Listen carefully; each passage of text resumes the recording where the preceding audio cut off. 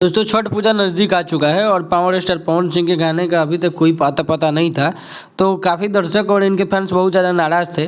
लेकिन कल जो है इनका एक वीडियो आया सोशल मीडिया पे, जिसमें ये वीडियो कॉल किए हुए हैं गुंजन सिंह को, जिनका प्रोग्राम आसनसोल में हो रहा था। और उसी में इन्होंने बताया है कि छठ के गाने की शूटिंग में व्यस्त हूँ और इसीलिए जो है आसनसोल की जनता जो है गलत सलत नहीं समझे मुझे, क्योंकि आसनसोल का प्रोग्राम उनका रद्द हो गया था।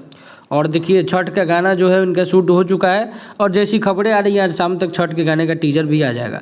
और दूसरी खबर ये है कि पवन सिंह का एक काराकाट में आज प्रोग्राम है। प्रोग्राम मतलब 4 जगह जो है जाने वाले हैं छठ के घाट का निरीक्षण करने के लिए। और वाजिब है कि वहाँ से चुनावी क्षेत्र है उनका, वहाँ से उनको इलेक्शन में खड़ा होना है अगली बार भी।